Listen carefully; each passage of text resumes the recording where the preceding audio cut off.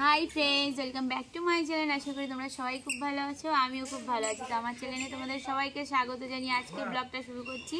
তো দেখো, শীতের সকাল আর সবাই এখানে দাঁড়িয়ে রয়েছে। তো আমিও ঘরে না দাঁড়াতে পারছি না, যে ঘরে এতটা ঠান্ডা, তার কারণে আমি বাইরে চলে এসেছি উঠোনে। তো তোমার দাদাভাই কী কী বাজার নিয়ে এসছে তো তোমাদেরকে আর একবার দেখিয়ে দিই। তো চলে আসো। তো নিয়ে এসছে হলো এটা কি, লাই ডাঁটা।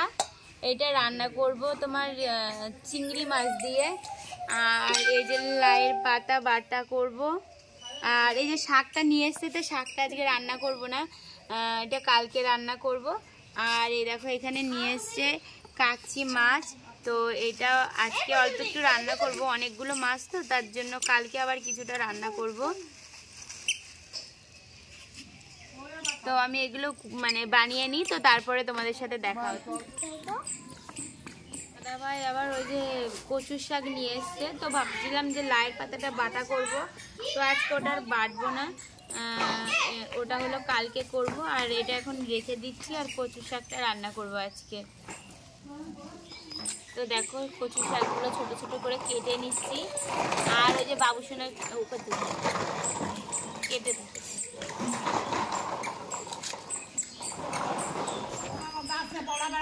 তো দেখো লাইয়ের পাতাগুলো আমি রেখে দিলাম, আর এই যে কচুর শাকগুলো ছোট্ট ছোট্ট করে বানিয়ে নিচ্ছি। তো আমি কচুর শাকটা কীভাবে রান্না করি অবশ্যই তোমাদেরকে দেখাবো, তো দেখতে থাকো। আশা করি ভালো লাগবে ভিডিওটা তোমাদের।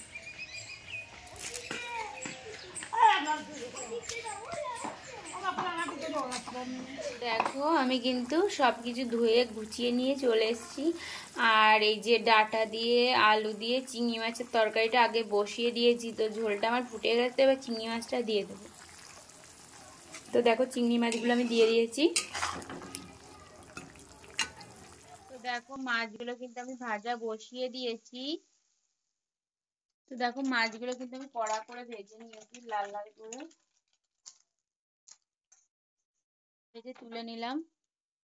তো ফোড়নে দেখো জিরে দিয়ে দিলাম। এবার দিয়ে দিলাম বেগুন আর আলু।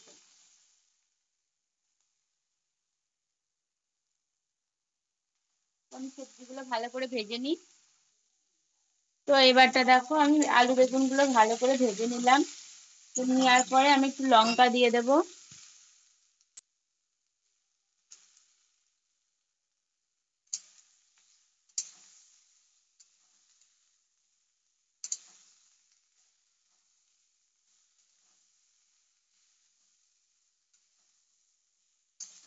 তো এবারটা দিয়ে দেবো লবণ আর হলুদ।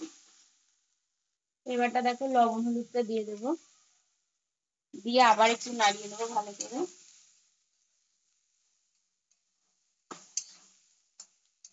ভালো করে নাড়াচাড়া দিয়ে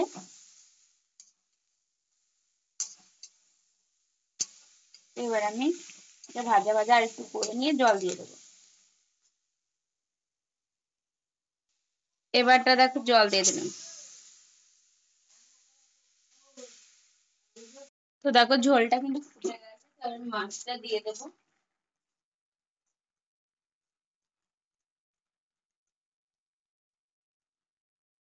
কিন্তু কোনো বাটা মশলা টশলা আজকে একটু কোনো কিছুতেই রান্না করছি না, কারণ কালকে অলরেডি বাটা মশলার সবকিছু রান্না হয়েছিল। তো আজকে সবকিছু আমি শুধু জিরে তেলে দিয়ে দিয়ে রান্না করছি, আর ভাজা জিরে দিয়ে নামিয়ে দেবো। তো এরপরে কিন্তু একটা স্পেশাল জিনিস আছে যেটা রান্না করব আমি। তো তোমরা পুরোটা দেখতে থাকো, তাহলেই বুঝতে পারবে। তো দেখো ফাইনালি আমার তরকারিটা হয়ে গেছে। তো আমি যে ভাজা জিরে গুঁড়োটা দিয়ে আমি এবার নামিয়ে দেবো।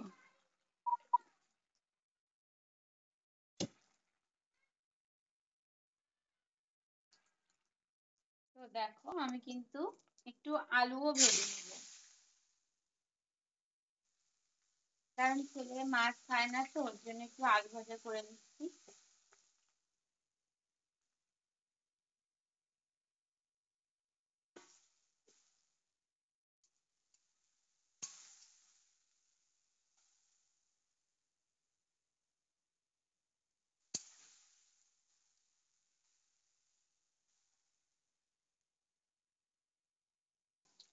তো দেখো আমার কিন্তু আলু ভাজাটা হয়ে গেছে, তো এবার আমি আলু ভাজাটা উঠিয়ে নিচ্ছি।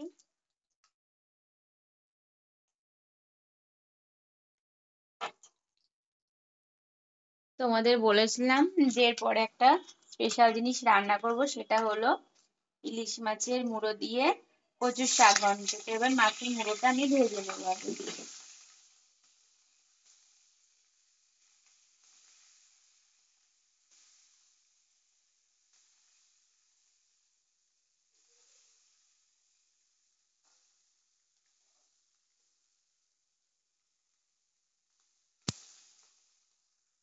তো দেখো এবার মাছের মুড়ো গুলো আমি তুলে নেবো, দুটো ভেজে নিয়েছি।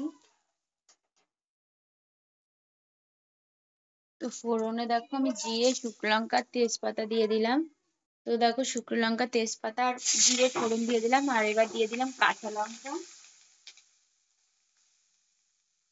এবার আমি কচু পাতাগুলো দিয়ে দেবো। ডাটা দিয়ে যে ছোট ছোট পাতা আছে সব একবারে দিয়ে দিচ্ছি। তো দেখো এবার একটু লবণ দিয়ে দিলাম আমি, দিয়ে দিলাম হলুদ। তো দেখো কচুর শাকটা আবার একটু নাড়িয়ে দেবো।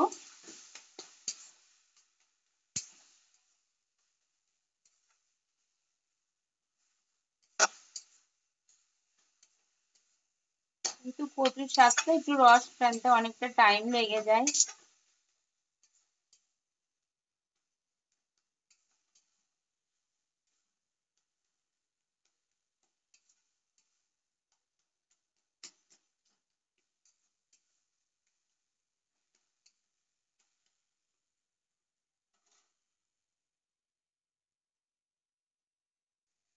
দেখো কচুর শাকটা প্রায় আমার হয়ে হয়ে গেছে।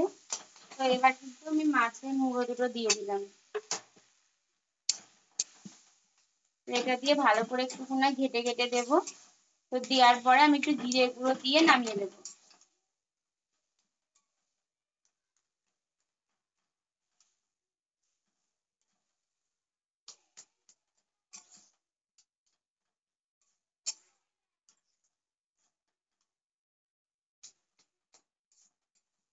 তো এইভাবে কচুর শাক ঘন্ট তো আমার তো খুব প্রিয়।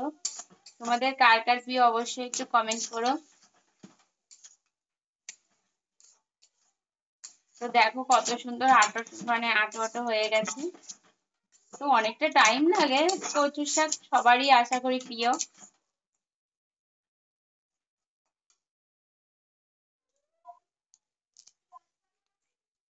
তো তোমাদেরকে নামিয়ে আমি দেখাচ্ছি। ফাইনালি সব রান্না টান্না হয়ে গেছে, আর আমি ছাদে চলে এসেছি, কারণ এত ঠান্ডার মধ্যে আমরা কালকেও ছাদেই খাওয়া দাওয়া করেছি, তো আজকেও ছাদে চলে এসেছি। আর কি কি রান্না করেছি তো তোমাদেরকে দেখিয়ে দিয়েছি, তো আর একবার তবুও দেখাবো তোমাদেরকে। আর আজকে একটু তাড়াতাড়ি রান্না টান্না করে নিয়েছি, কারণ আমি একটু যাব ব্যাংকে। ব্যাংকের থেকে ফোন করেছিল, তো ওখানে একটু যেতে হবে। তো দেখতে থাকো, তোমাদের দেখিয়ে দিই। তোমার দাদাভাই খেতে শুরু করে দিয়েছে। আর এই যে এখানে হলো কি যেন এটাকে কি ডাটা বলে, লাইট ডাটা। হ্যাঁ, লাইট ডাটা চিংড়ি মাছ দিয়ে রান্না করেছি আলু দিয়ে। আর এই যে এখানে আলু ভাজা নিশানের জন্য, আর ডিম সিদ্ধ। আর এটা তো কালকেকার তরকারি, আমি একটু গরম করে দিয়ে মানে নিয়েছি, মাংস ছিল। আর এই যে এখানে হলো গে কাকচি মাছ বেগুন দিয়ে আলু দিয়ে রান্না করেছি। আর যেটা স্পেশাল সেটা তো তোমাদের দেখাচ্ছি, দাঁড়াও। তো এই দেখো এখানে সেই স্পেশাল হলো কচুর শাক ইলিশ মাছের মুড়ো দিয়ে ঘন্ট করেছি। তো তোমাদের কার কার ভালো লাগে অবশ্যই কমেন্ট করো। আর এই যে তোমার দাদা ভাই ভাত বাড়ছে নিশানের জন্য, আমার জন্য, তাই তো। তো দেখো তোমার দাদা ভাই কিন্তু কচু শাক দিয়ে খাওয়া স্টার্টিং করে দিয়েছে। দেখো এটা মাঠের থেকে কচু শাক তোলা হয়েছে, আমাদের নিজস্ব মাঠ, মানে একটু দূরে আছে।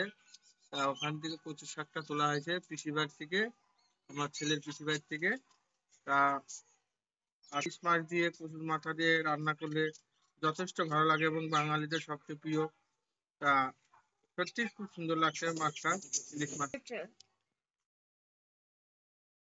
দেখো খাওয়া দাওয়া করতে ফাইনালি বসে গেছি।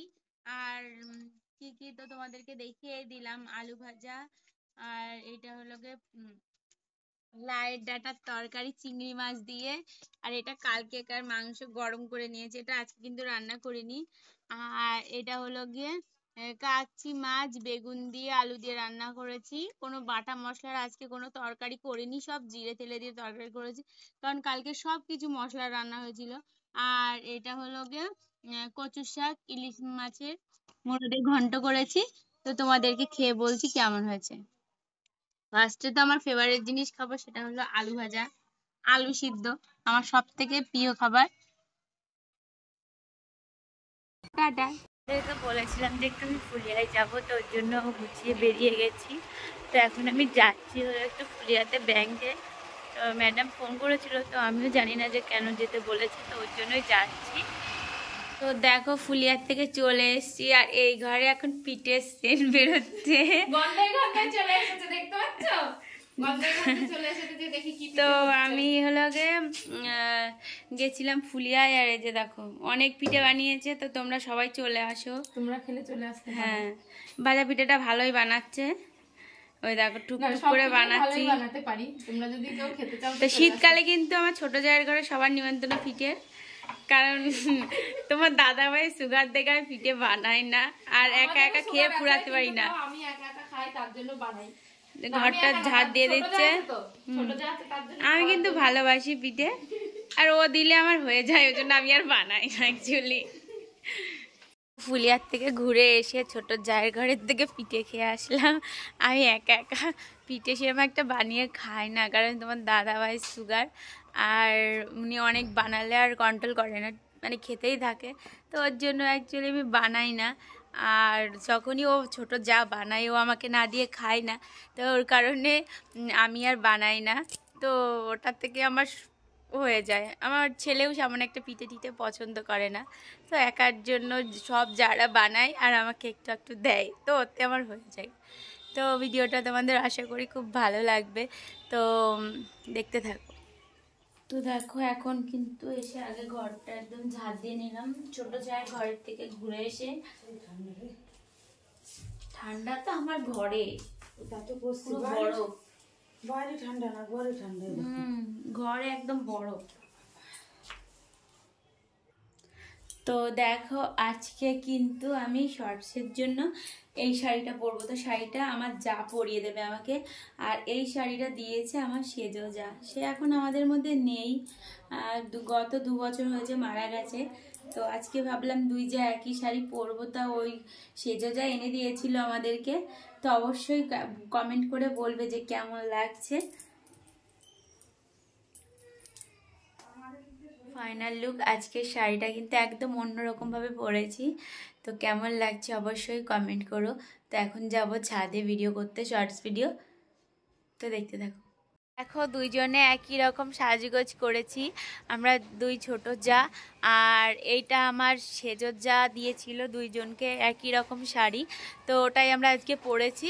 আর কেমন লাগছে একটু কমেন্ট করে জানিও। আর কিছু শর্টস ভিডিও করেছি, সেটাও তোমরা দেখবে, আশা করি ভিডিওটা তোমাদের খুব ভালো লাগবে। তো আজকের ভিডিওটা এই পর্যন্ত থাকলো, দেখা হবে নতুন ভিডিওর সাথে।